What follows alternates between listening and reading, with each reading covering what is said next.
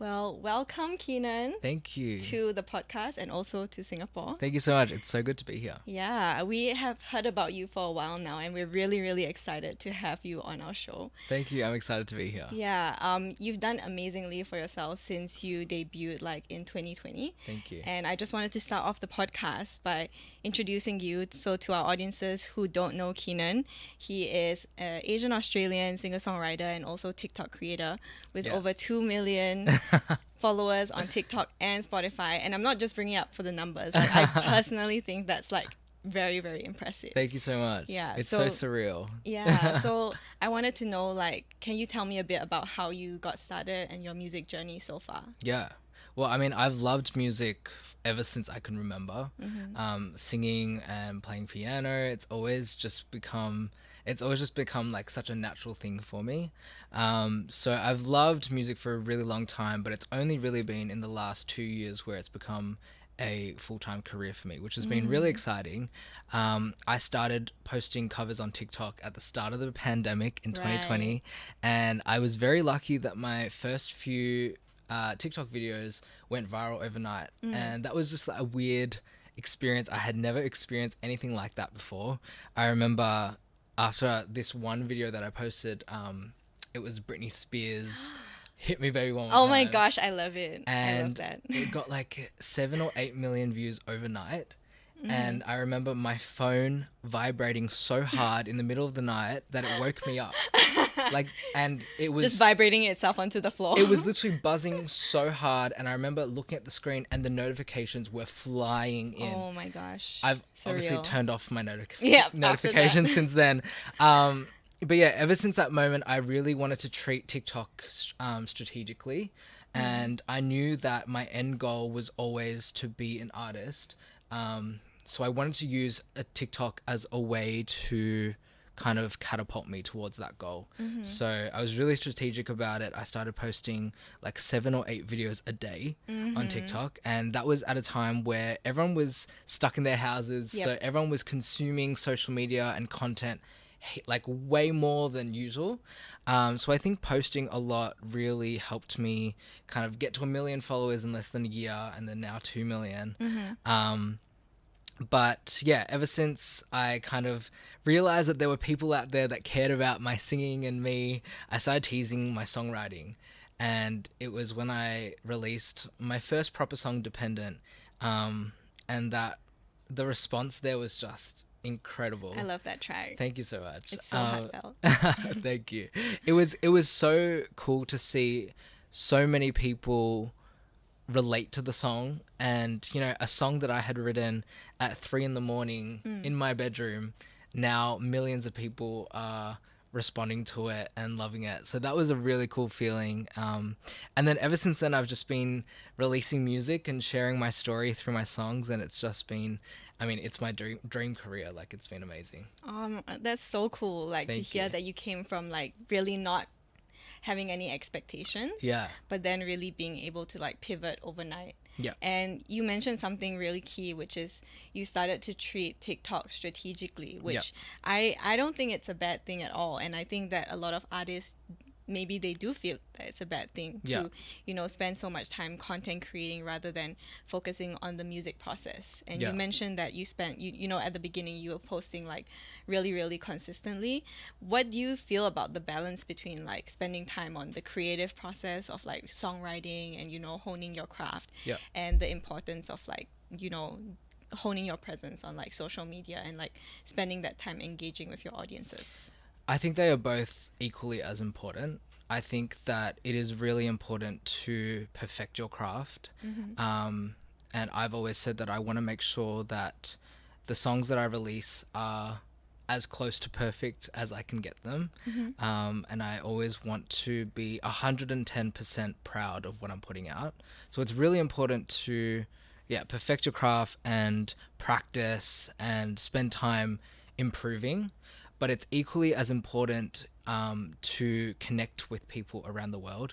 I think if you want to turn this into a career, then, fans are such a big part of it. Like, fans are Exactly. pretty much what makes or breaks your career. So making sure that you're engaged with them and creating a really open and safe space for them to be in is really, really important. So I think both are just as important. And I know that social media sometimes gets a bad rap, Yeah. but in this day and age, like social media is so valuable, especially as independent artists. I feel that now more than ever, independent artists have such like more of a level playing field when it comes to releasing music, For as sure. compared to people on labels and stuff, because you can literally write a song, produce it out, post it for free on social media, and gain an audience from that. Yep. And it's like so, yeah, so valuable. So I think both are equally as important for sure. I think it's you're right in that the process has become like more democratic, and now we see that like a lot of labels, they are just, trying to feed off what you guys are creating. Exactly right. Even the platforms themselves, because I actually work in distribution, so Right. like we work closely with all the platforms, and at the end of the day, when I talk to them and I see what kinds of things they're asking from artists, they don't know what they want. They want like the secret sauce that you guys have. Yeah. So it really becomes down to like how you are creating that very unique engagement with your audiences, which I think is like something you do really, really well. Thank you. Yeah. Thank you. So I was wondering, like, you mentioned engaging is so important, Yeah. and creating that safe space is really important. Like, what's your secret sauce, or like, what's your way of like engaging with them? Yeah. I think I mean, I can't give away all my secrets, No, but it's fine. We I understand. think the number one thing is to be authentically you. I feel that people have followed me because they're interested in finding out who I am and what my story is. So I think just, I'm just myself. Like, I post random stuff sometimes on my Instagram, and I try to be as raw and authentic as possible and really let my fans into my life in a way that lets them get to know me as an artist, but also me as a person. I think that one key thing is to really know your audience and to know what kind of things they like, what kind of content they want to see. And I've found that when I treat because I see all my fans as like my new family, so I treat them as I would treat my friends or my family. Right. So that, stuff like showing the music that I'm working on that hasn't been released, for example, like that is such and I feel like it's such an intimate thing to share with the world. It's scary. Yeah, and it can be really scary, but I think that has really helped kind of creating that connection with your fans, that's more than just a fan artist relationship. Yeah. That's really deep. We're getting deep. We are. I mean, like, I think you really hit the nail on the head. Like, creating something that's outside of a fan artist relationship, it means like you as the creator are like redefining your relationship with the other people listening, and I think that's a power that only creatives have. So that's really, really cool. Thank you. Yeah, I think in terms of your music, because you mentioned that you listen a lot to what your fans have to say Yes. about your music and about what kind of content they want to see you create. But also feel that you create your music from like a very like personal place. Yeah. So how much do your fans influence the actual, songs that you're writing, like the kind of music that you write? I think every time that I write, I do have in the back of my mind, like, is this something that people can relate to? I think that's something that I have really tried to achieve with my music is, like, I want to share my story, and I know that I've gone through a lot of things that a lot of people can relate to. So I want to kind of make music that helps people in their own situations. Even with my song Scars, it was about a romantic relationship, but I've seen on TikTok people relating it to other kinds of relationships, like their friends or whoever it may be. So I try to write about things that I've gone through, but a lot of the times these things can be kind of shifted and people can take it how they want to take it. So yeah, I'm definitely always thinking whether or not this is something that people will be able to relate to for sure. I see. And speaking of your new song, Scars, like it's Yes. so catchy. I Thank love you. it so much. Like it's Thank you just so much. playing through my head all the time.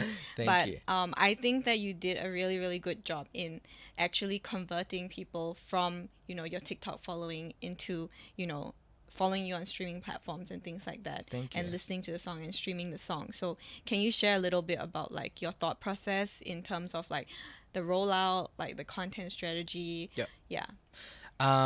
Definitely a big strategy that I have always stuck by is making sure that my social media posts and content reflects who I am as an artist, and it also reminds people that I am an artist.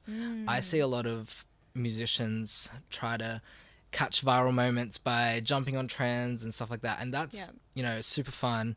But for me personally, I've found that making sure that every single video that I post is singing or music related, kind of lets me control what kind of people are following me. Yep. So people that follow me want the music This kind of content. They want singing content. Yeah. They want to know what songs I'm writing. And I think that's been a huge factor in kind of creating a social fan base, but then also seeing that translate over to streaming as well. Yeah, but I think that you make it seem so easy, but it's really not. Like, I think that being able to find the right people is one thing, but you know how, because you started doing covers Yes. and then moved into that space, and I feel that you did that move from covers to like original content like really seamlessly. Thank you. Yeah, because I see a lot of people on TikTok, like creators and amazing musicians who, started from covers, but they sometimes even do posts where they're like, this is my like 100th day of like trying to show you my own music, but Yeah. it's just not really relating in the same way. Yeah. So how do you like, is there anything else about that conversion of like people who are liking you as a cover artist and like moving them over into like liking your original music? Do you Yeah. think it's the same audience that you're bringing on the journey with you, or is it a different audience? I think it's a mix of both. I think the same audience, and I'm very grateful to be able to say this, but the same audience that found me for my covers have supported me now with my original music, and I get a lot of messages of people being like, I used to watch your covers, and Aww. and now I love your music, and that's such a Bless nice them. full circle moment. I think it comes down to that relationship that you create with your fans at any point in time. Like I said, I've always tried to be as real and authentic. So even when I was posting covers, people were getting to know me as a person. So it's kind of like, when if your friend decides to now release Yeah. music, like you're gonna Support. naturally want to support them. Right. But it also does bring in new followers and new fans. People that don't necessarily like watching covers, but like original music. And we were having a conversation earlier, like the need for original music, I feel, has grown so much. It's amazing you feel that way. Yeah, I really feel that more and more people are more willing to, find new artists and support them. I think it is also a bit of a trial and error as well.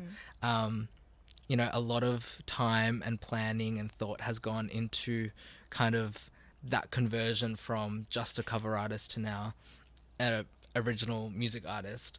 And just like, being strategic, seeing what works, trialing it all out, and you'll find it out eventually. I think there's a certain level of discipline that's needed as well. Definitely, there's been a lot of hours of hard work and planning and discipline for sure to try and make that jump for sure. Well, I think that other than being, really prolific right now in the online space, you are also like a really good live musician. Thank you. So can you share a little bit about, how you feel like, because you started during COVID, right? Yes. Before that, did you have a lot of like live experience? Yes. And did that help you a lot in your whole journey? Yeah. So growing up, my parents used to drive me all around Melbourne to any performance that I could do. I would sign up and I would do it. Amazing. I remember when I was 15, it was my first live public performance. It was a like a festival that was held by the council that was Right. for those suburbs, and the crowd was literally my family, the two organizers, and then maybe like Oh, two people that were walking past. bless them. And my parents used to drive me around on the weekends to do those kinds of Yeah. performances. And I mean, I didn't know it at the time, but I feel like every single performance kind of gets you ready, and you're like constantly practicing, and you're constantly kind of perfecting your craft. So when I was younger, I literally, any performance that I could do, I would try and sign up and do it. And it's cool to see things that I didn't even realize at the time, but little performances or opportunities that I had as a little 16-year-old kind of snowball into me Yeah, now. for sure. And I still have people that come up to me or message me being like, oh, like I remember watching you on at whatever At just some random. at some random event Yeah. when you were 16 and like was just hitting puberty, and Oh. and it's like I feel like everything happens for a reason, and even if it doesn't feel like it's your dream career in the moment, I feel like everything kind of contributes and molds together. Wow, what a journey. And your parents are so supportive to do Yes. that for you. I've been so blessed to have a really supportive system and family around me. I think they've always known and could see that I loved music and I loved singing ever since before I could even talk. Right. So yeah, my parents have always been really supportive of my career. That's so great. And speaking of like the live experience, like I think that brings a different dimension to like when you create content as well, right? Yes. And like I think a lot of musicians nowadays don't have that, like especially in Singapore, because there like during COVID it was very very restricted, like Yeah. live performances. So a lot of musicians that have come out during this time like are not confident live artists. Yeah. Do you feel that the live like experience is a very very important part of like continuing your music journey and like continuing to build that relationship with your fans? Definitely. I am actually just starting out to do live stuff as an original artist. And it's been amazing. Like I had a sold out show in my hometown a week ago. Oh, I think I saw And that on yeah, and TikTok. it was incredible to hear everyone sing my lyrics Back like to you. back to me word for word. Aw. But I definitely feel that, them being able to see me in person, watch me perform, hear my story, and kind of see how passionate I am about my music is a whole different experience for Yeah. them. And, you can post as much as you post Yeah. online, but when you meet your fans face to face, it's a whole different thing. I held a little spontaneous meet and greet in Singapore yesterday, Yes. and it was just amazing to see people in person for the first time, and also like get to know them here. And like so many people were saying, your music has helped me and stuff like that, and it's just like strengthening that personal connection, I think, with your fans. So yeah, it's definitely a really important part. That's so great to hear. I think a lot of people need to have that mindset, because for me, like, I mean, it's not really about, the fangirling or something like that, but it's like when you are experiencing someone singing live, you get all the dimensions Exactly. of that experience. Yes. Not just the person singing, but like, how they engage with the audience, and Yeah. even the atmosphere of being there with like your friends, maybe they're Yeah. fans of them as well. It just like everything just comes together, and it Definitely. creates like this bond which you won't forget as easily than just like swiping through Exactly. someone on TikTok. So I think that's really great that you have that mindset. Thank you. Yeah. I have one last question for you, Yes. which is that, as I mentioned, there's so many young musicians who are starting out in their bedrooms nowadays. Yes. On TikTok, on social media. We love it. Yeah, trying to make it. Do you have any advice for them? I think my biggest piece of advice for aspiring musicians is to just keep persevering and keep going. I think that you know, the music industry or any industry for that matter is very cutthroat, and there are going to be a lot of no's and a lot of closed doors. And I know even in my short career span, there's been a lot of missed opportunities and things that I wish I had gotten, but it just didn't work out. But I think that everything happens for a reason. And if you keep going, you're eventually going to reach those goals. And, you know, I'm a big believer that one closed door just means that you weren't meant to go in that direction. Yep. So I think the biggest thing is just to keep going and to keep practicing and keep doing what you love. I feel like when you're really passionate about your own music, a no is not as hurtful because you're really like strong in Your own belief. exactly, Yeah. and you know exactly who you are as an artist. You know what you can bring to the table. So I think, yeah, just to keep going. Oh, thank you so much. Thank you for being here and for Of like giving course. all this advice. Like Thank you so much for legit having me. nuggets of gold coming out of your mouth every single time. Thank you so much for being on our podcast, and like I course. hope you really enjoy the rest of your time in Singapore. Thank you so much. It was great to speak to you. Thank you. Thank you.